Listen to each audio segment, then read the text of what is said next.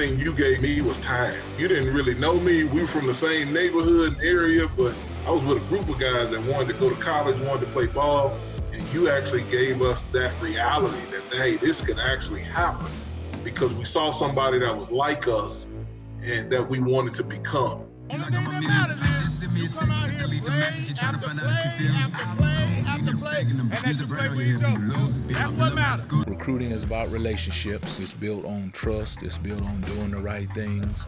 And it's built on your head coaches and your athletic director, their vision. And I think we have two great leaders, both of those positions. So it makes it easy for me to go out and do what I do. Be aggressive. Let's win. Here we go.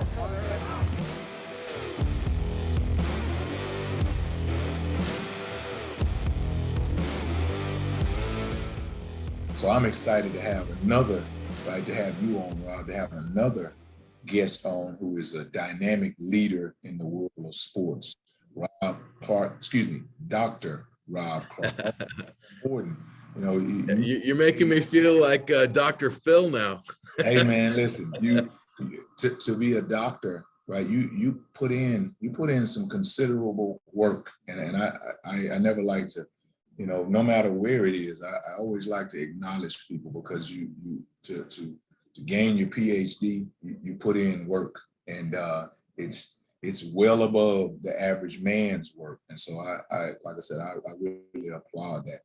Thank you. So we'll crank right up, Rob, and I'll ask you to take us through your journey, which has now led you to be the senior deputy athletic director at San Jose State. Yeah, Van, I appreciate it. And I appreciate learning from you too, because, iron sharpens iron, right? So, I learned from this as much as others. My journey's taken me all over the country. I was born and raised in Salt Lake City, Utah. After playing high school football, I chose to go play at Utah State University, and as a linebacker. And after hurting both knees and not having the D1 career I thought I would have, I ended up finishing a Division III athlete at Occidental College. The football program no longer exists, unfortunately, but it was a great experience, and I really treasure, the time I was in front of tens of thousands of fans and a couple hundred fans. Right. I love the game of football, always have. And so that resonated with me. I had an opportunity, really wasn't planning on being in college athletics, had opportunities because I'm bilingual. I can speak Romanian, had lived in Romania in the Republic of Moldova in church service. And so as a result of that, I had no intentions of actually working in college athletics. But as I was preparing for a different career in government work or something to that effect, where I'd be actually able to use my Romanian speaking, I started coaching at Occidental. My coach hired me on. That's after being team captain. We finished, top 10 in the country in D3, and I fell in love with it. I fell in love with the interaction with our student athletes, with our team, and as a result, that blossomed into something. I did that briefly while teaching high school to make ends meet. Okay. And realizing that maybe that wasn't the path. Maybe there's something else in store. And I came across an opportunity to earn my PhD at Texas A&M. And so I earned my undergraduate and master's at Occidental College, and then my PhD at Texas A&M. But that's where I got the first soiree in intercollegiate athletics administration. I started in athletic compliance because I had known some of the recruiting rules, as you know well, right? Right. That got my foot in the door. But one day, a good mentor of mine, John Thornton, pulled me aside there, and he said, we need to get you on this external revenue side here. And he started helping me get experience with football scheduling, and then got me in contact with some folks at the 12th Man Foundation. And it blossomed into a lot of different things there. I took that opportunity and we worked hard, and another Aggie helped hire me at another spot, which was a Division II at Angelo State University. Had a great experience there, had to do everything. It was a one person shop, but saw the value of what everyone's doing on the Division II level. But it didn't feel right. It wasn't the right fit for me. And I felt like Division I was the right level. And so at that point, I transitioned quickly out of Division II back into Division I FBS at New Mexico. And so there I was involved, as part of the Lobo Club, overseeing our annual giving, major gifts. And as we moved forward there, had a $75 million campaign, helping renovate the pit, the iconic basketball arena there, and helping secure funding for our football field and football video board. A lot of great things were happening. Had a great time there. Still love New Mexico, even though it's a conference foe now. But I had something unique come up, and it was a once in a lifetime opportunity, and that was to help start a football program at Georgia State. And so I was hired on there as a senior associate AD for development to help build a fundraising organization and help get that program off the ground into the FBS level, which we got to the Sun Belt Conference. Had a lot of good opportunities there. Also had some adversity there, and was grateful for it and learned from it. And it was tough. That's tough getting a program off the ground. And with that being said, I learned a lot of things about myself. I'm a West Coast guy. I like the West Coast, and I learned that about myself there. And so the opportunity arose to take my family back 20 minutes away from where my wife's from, and that was at Long Beach State. Now, they didn't have football, and so that was a very difficult decision for my family and I, but we felt it was right. And so I was at Long Beach for about 5 years, helped with the Dirtbags baseball program, oversaw basketball, over external. We had some success there, named a baseball stadium over there, and after a great donor who's still supporting the program, and had a couple top 10 finishes, and being around a couple national champions there, it was a great experience. But eventually needed to get back to football. So the opportunity arose actually during COVID, and I started this job here at San Jose State during COVID, and started working out of my garage at one point, and then ultimately was able to get up here while things opened up. Brought our family up here.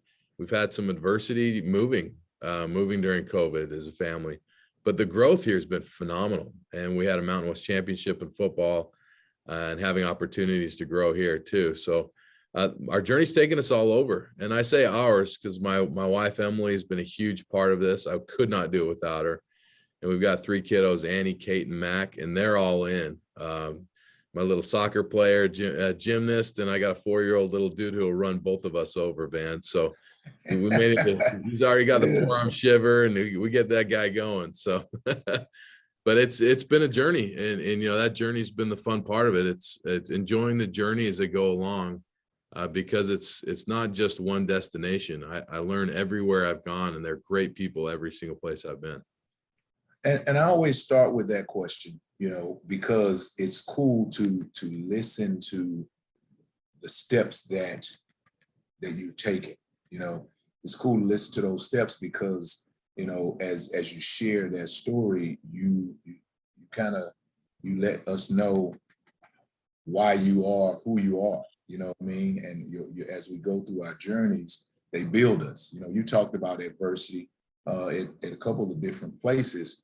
And yes, our society, we've had some tremendous adversity, and actually we're still in the midst of it. Sometimes we think like, okay, COVID, we think COVID is over, you know what I mean? And COVID's not done yet, right? And so we're still in a battle.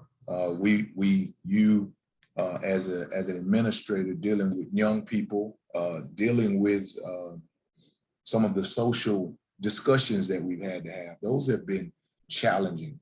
What my next question is with this adversity, COVID, the challenging social discussions that we've had to have, how has that developed? How has that helped you as a leader?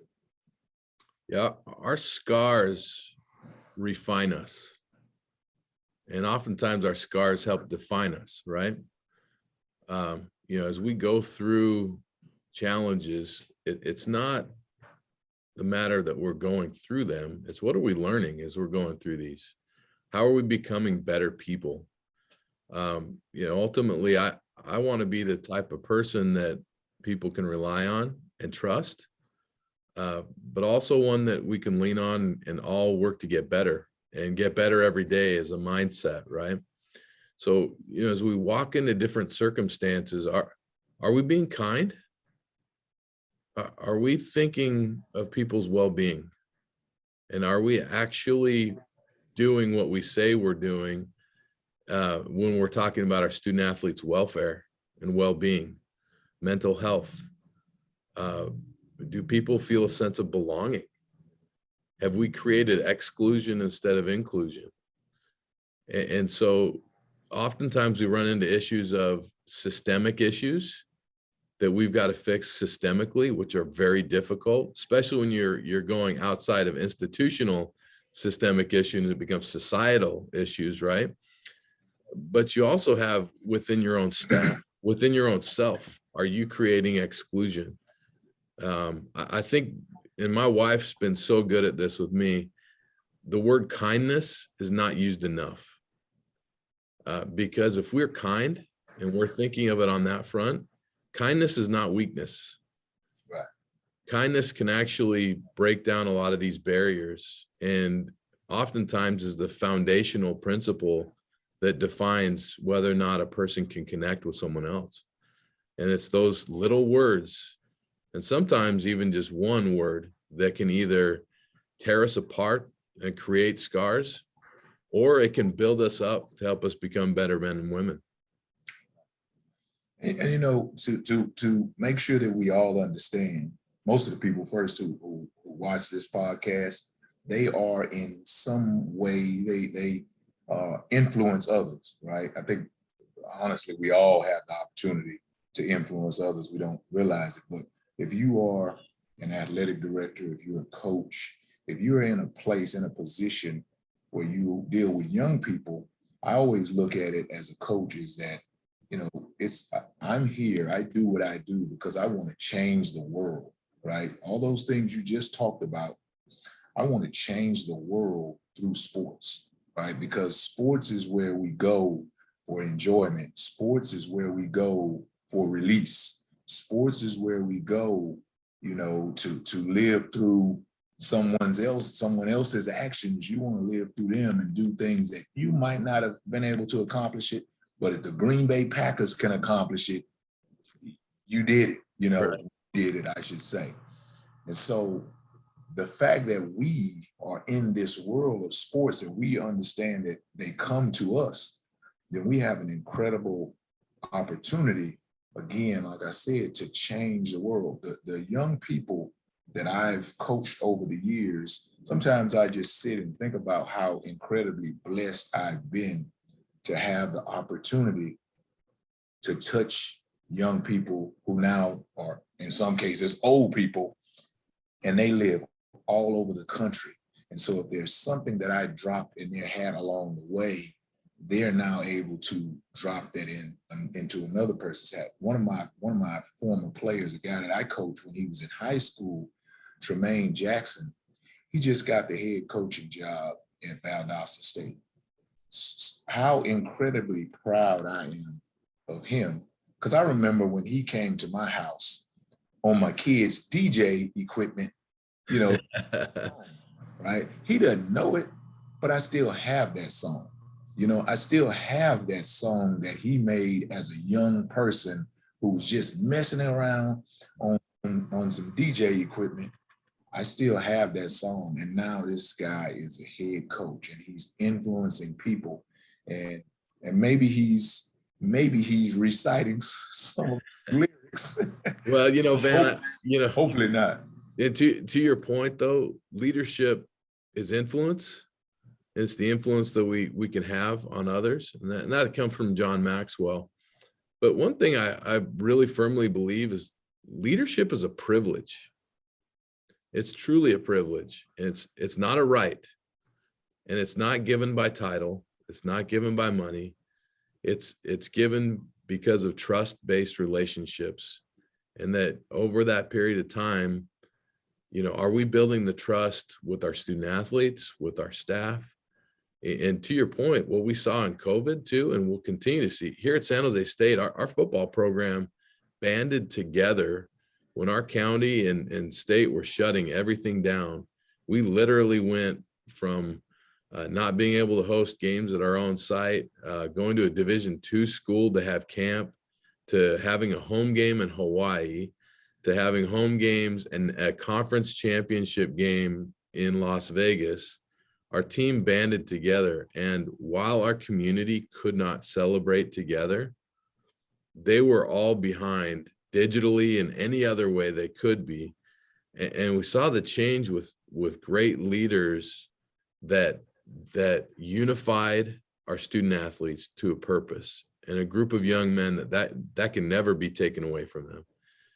And then on the flip side, when we could get back together, and we had our first home game, and we just about sold out the house, which is a big deal here at San Jose State.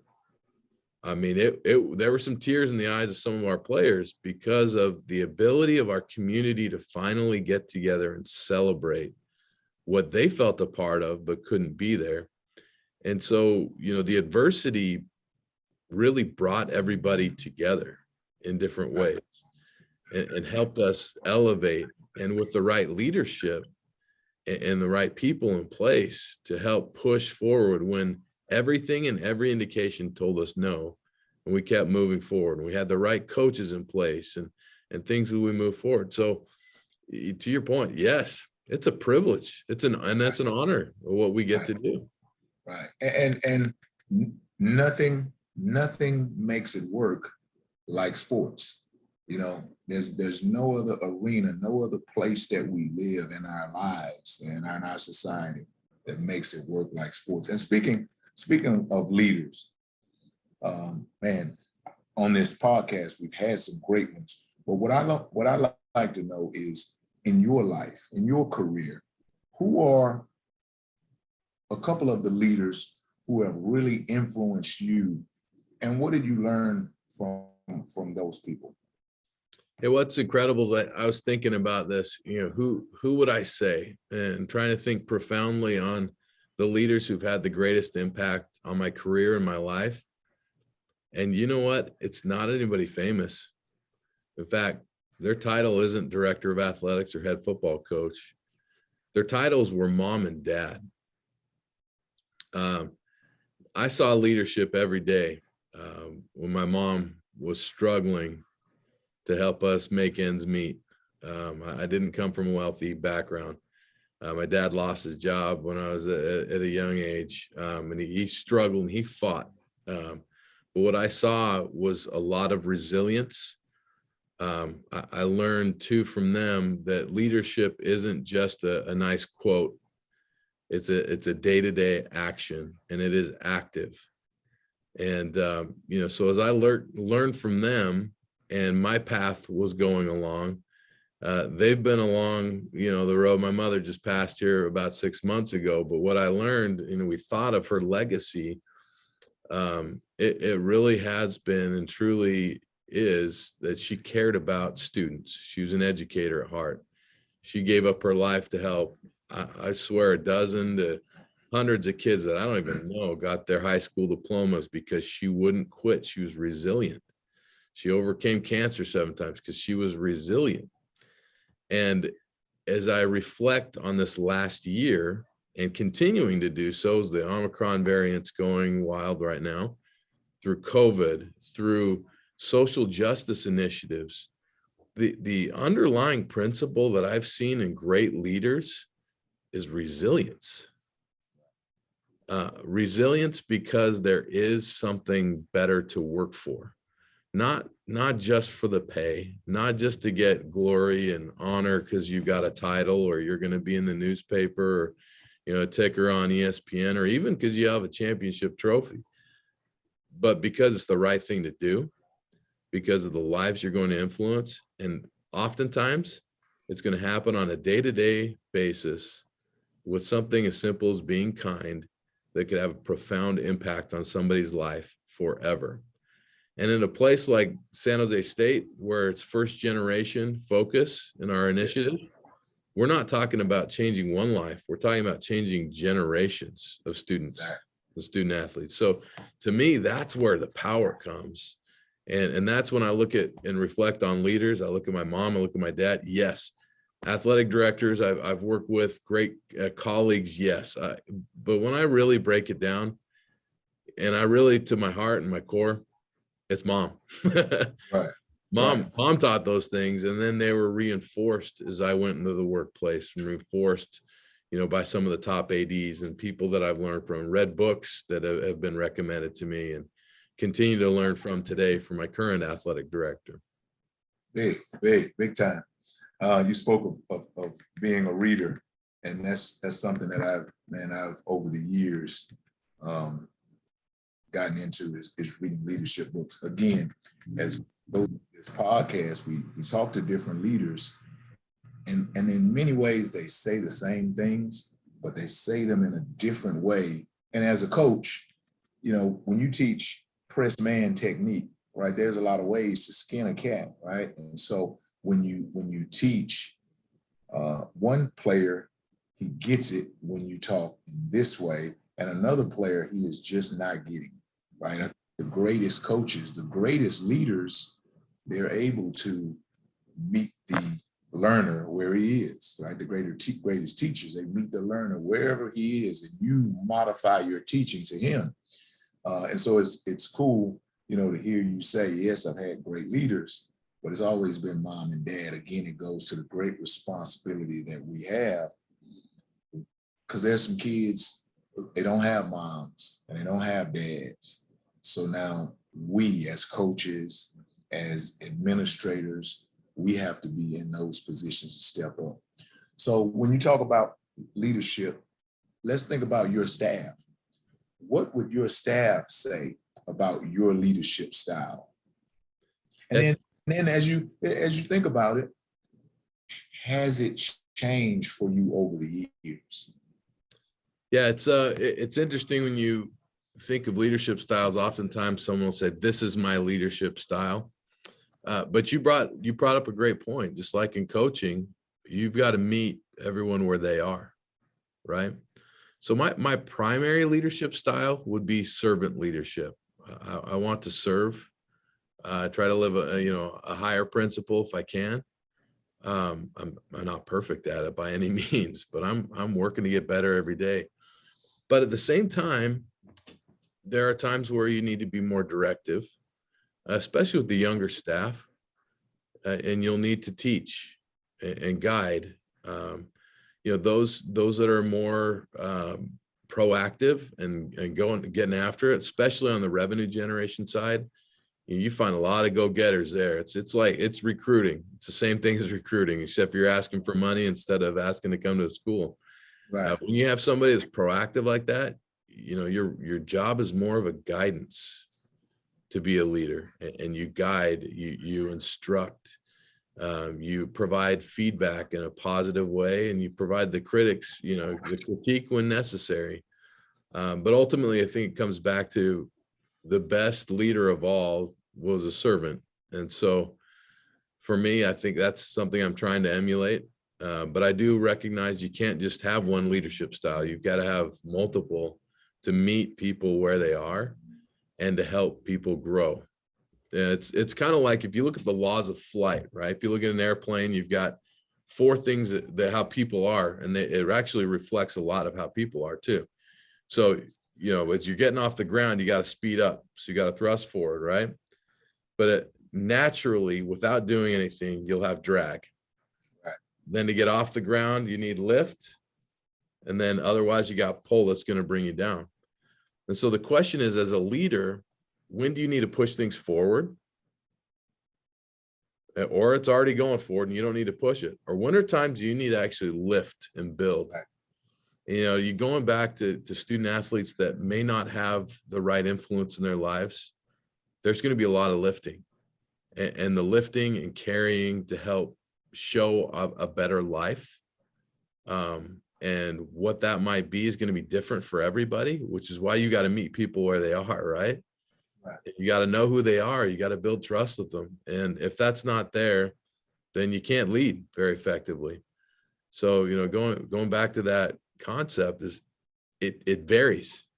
And if you ask my staff, it may depend on the staff member you ask, Yes. and the day we're at or the project where we are.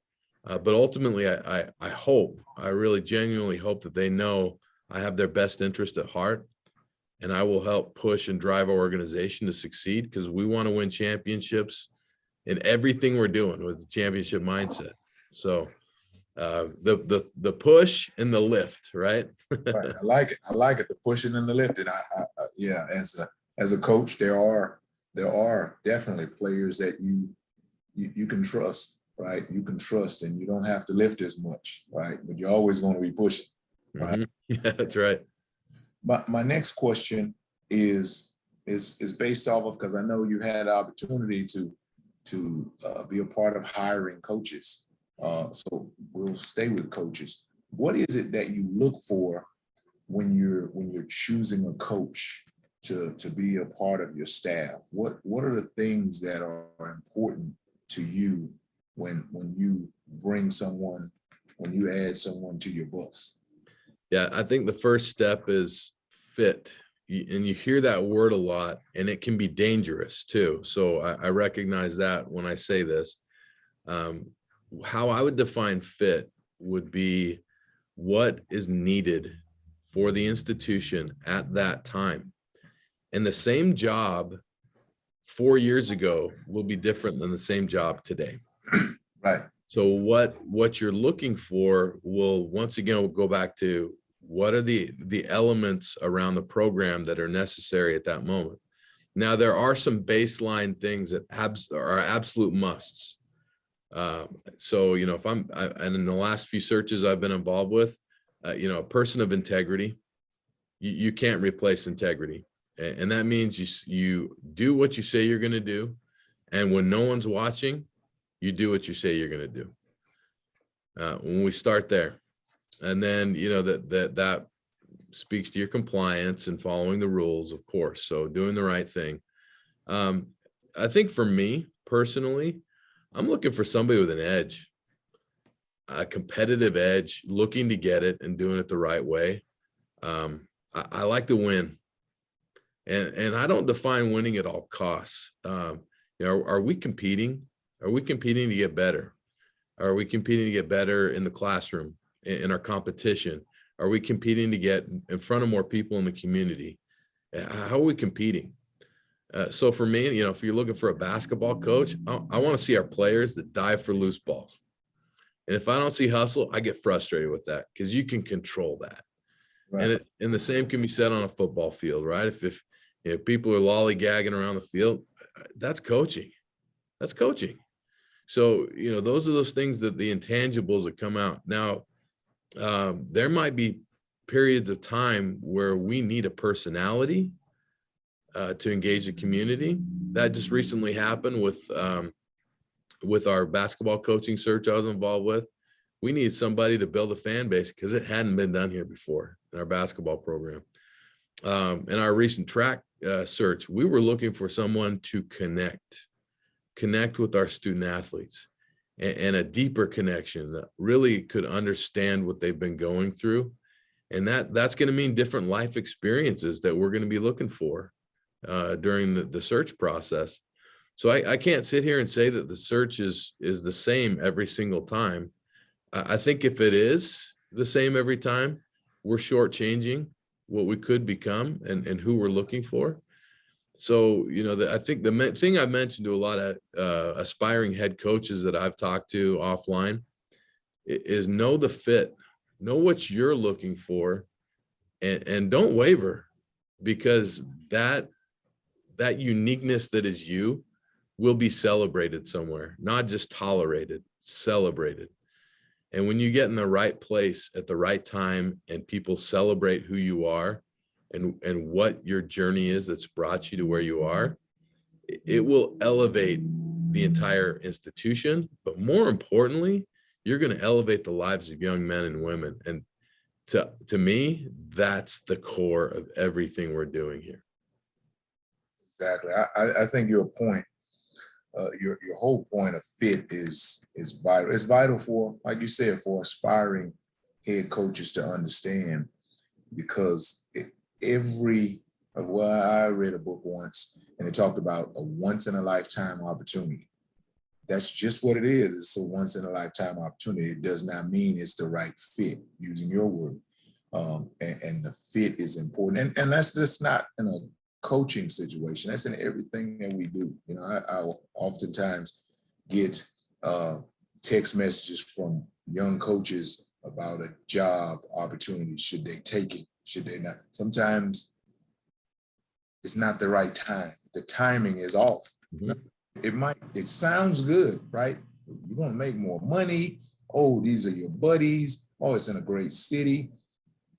But you're going to have to pull your kids out of school and your wife might not like, you know what I mean? So the timing, or this may be a great job, but this staff may be at the end of the line, you know? And so that fit is so very important. Well, I got one last question before we end this podcast. And we always, it's kind of cool to hear the responses of this one. Because, you know, like you and I talked, I'll say you more than me.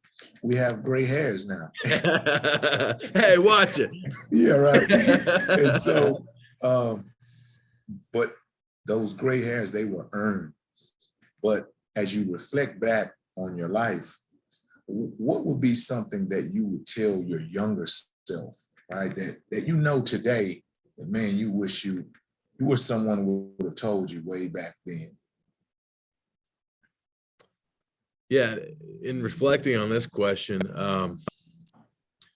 there was a moment that was pretty pivotal in my life. When I had that injury, it dashed a lot of hopes, right? And I think we all had NFL aspirations, any of us that played, right?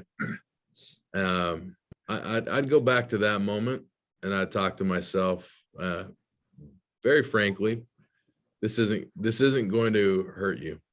I know it hurts physically, but this will define your resilience and how you act and react and move forward positively and relentlessly will define who you are.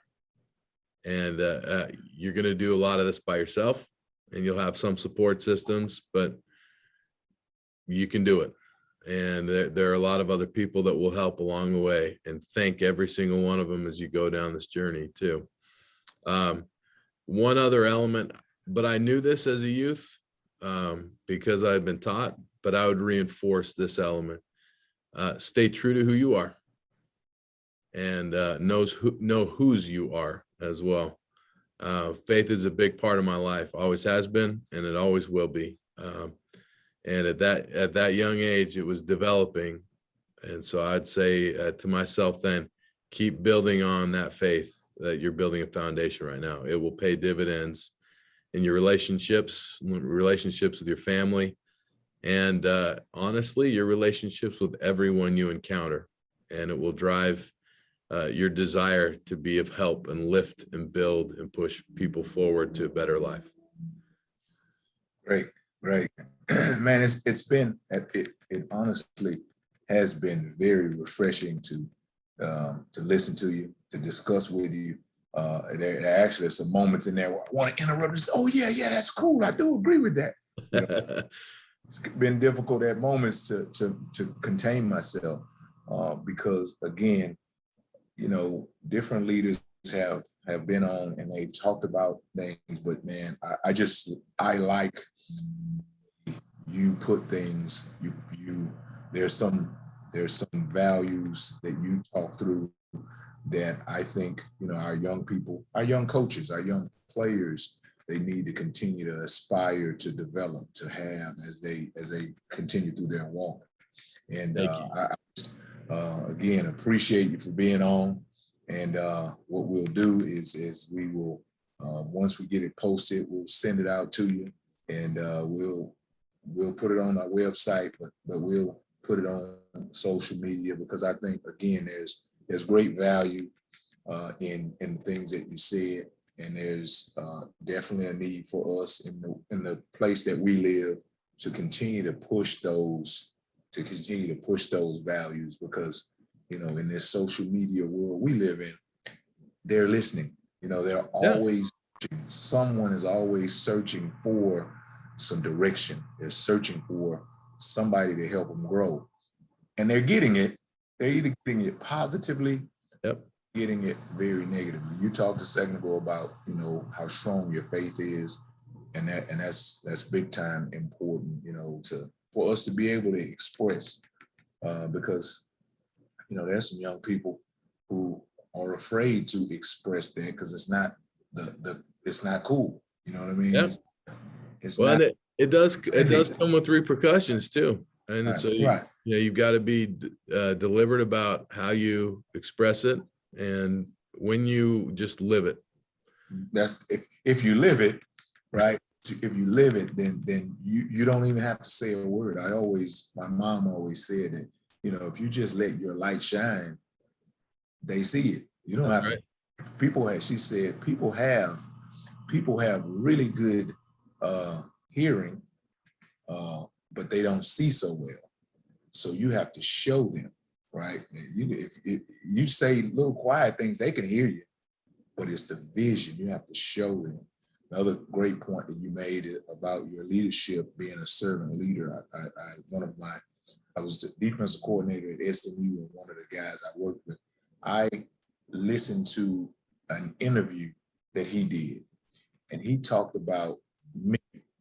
He talked about the fact that he's here to make my job easy. He's here to help me be all that I can be. And it was kind of cool because I was thinking the same thing about him. Right. And same thing about the head coach. And I think the same thing as I work with Coach Kleiman. You know, he gave me the opportunity to be the assistant head coach, so work alongside with him. He thought he was doing something for himself, right? And he was doing something for me, you know, because of the fact, and it's like, as he and I discuss, hey, listen, I'll help you do this. And he's saying to me, well, I want to help you do this. You know, so I always look at it like a triangle, you know, where the love, the energy, the service between the player, between the coach, between the player to another player, right? I'll add the administrators in there as well. But it's always about serving, and that it just keeps going from one to the other. I say to our players, you know, the more you give, care, the more you'll give. Yeah. And I think that it continues to grow, and you build great programs in that way. Now, not all of them exhibit that. Not all of them put that on. Yeah, they do actually post it on the walls everywhere, that family, you know. But you hear a lot of programs, you know, they say family. Right. But the question is many opportunities to exhibit it. And again, like you said, not always on the ESPN ticker, you know. Sometimes it's in those little subtle moments where, you know, you give a teammate a ride, or you pull a person to the side to help them be a better person, a better coach, a better player, you know.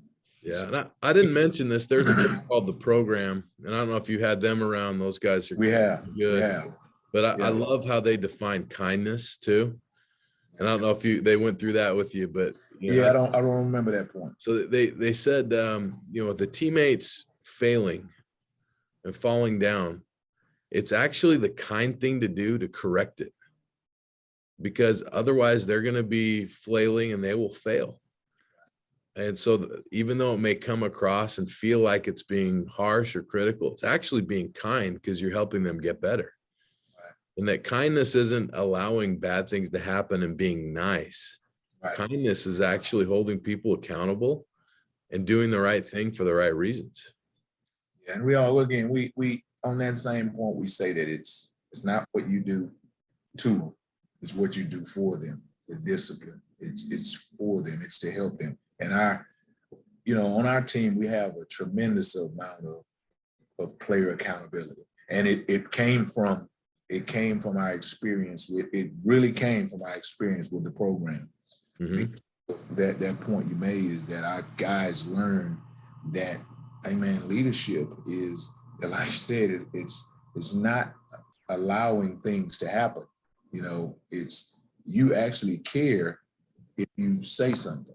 You know, if you see something going the wrong way and you say something, that is actually, it's cool. We say something else, we say it's cool to care. Right. It's cool to care. It's not a bad thing for you to say something, because again, when you present it the right way, people appreciate it. When you present it the right way, you know, not demeaning, you know, not embarrassing. When you present it the right way, you can challenge people. Man, you know what? That's not the best you can do. I know that's not the best you can do. That's not what you said that you wanted, right? You challenge a person. People want to be that. No one wants to be second rate. No one wants to be second fiddle. Everybody wants to win. You know, they may not express it. Well, that's when, as a coach, you have to teach them as leaders on the team. You always tell our leaders, hey man, this is why you're the leader. Because you got to figure it out. Yeah, you know, everyone can't be the leader. I had a staff member openly challenge me in front of, well, it was a good 30 people. And you know that moment when somebody challenges a coach or challenges a leader, and the moment everyone looks over and goes, what's he going to do, right? And that's right. Everyone looked at me and I said, thank you. Thank you for disagreeing with me. Because if I was just getting yeses, it wouldn't make us better. So let's work through this. Right. And we did. We came to a good resolution. But the team learned at that point, because it was okay to disagree. It was okay to challenge, because it wasn't about the person. It was about us getting better and striving to be champions in everything we're doing. That culture helps us to grow. And that culture, just like you said a few seconds ago, helps us establish accountability. And it creates a culture of pushing things forward like they wouldn't be otherwise if we were just getting yeses all the time. Right. Kevin Anderson at Air Force, when he was on, he talked about the leader being vulnerable, right? When you challenge the leader and he does not know the answer and he says, I don't know. You know what I mean? Because when you challenge the leader, everyone looks, because he should have the answer. But if he does not have the answer and he does not know, the strength, the courage to show that vulnerability, I think is there's great power in, you know, and it's so funny that, you know, the things that we think, like you said, kindness, you want to say that kindness is weakness. No, kindness is incredible strength. You know, to be vulnerable is incredibly powerful, right? To help someone, that's not weak. To serve someone else is incredible strength, right? Because I'm strong enough in myself that I can give to you, right? I'm okay over here. Yeah, and that breeds confidence too, right? And so that confidence builds up. It builds up. Little wins 100%. Become big wins. Right. Well, again, Rob, we could go all night. Yeah, we could. Thank you, man. This right. Well, I appreciate it. If I can be of help to you, let me know. Thank you. I appreciate it. And the same goes to you.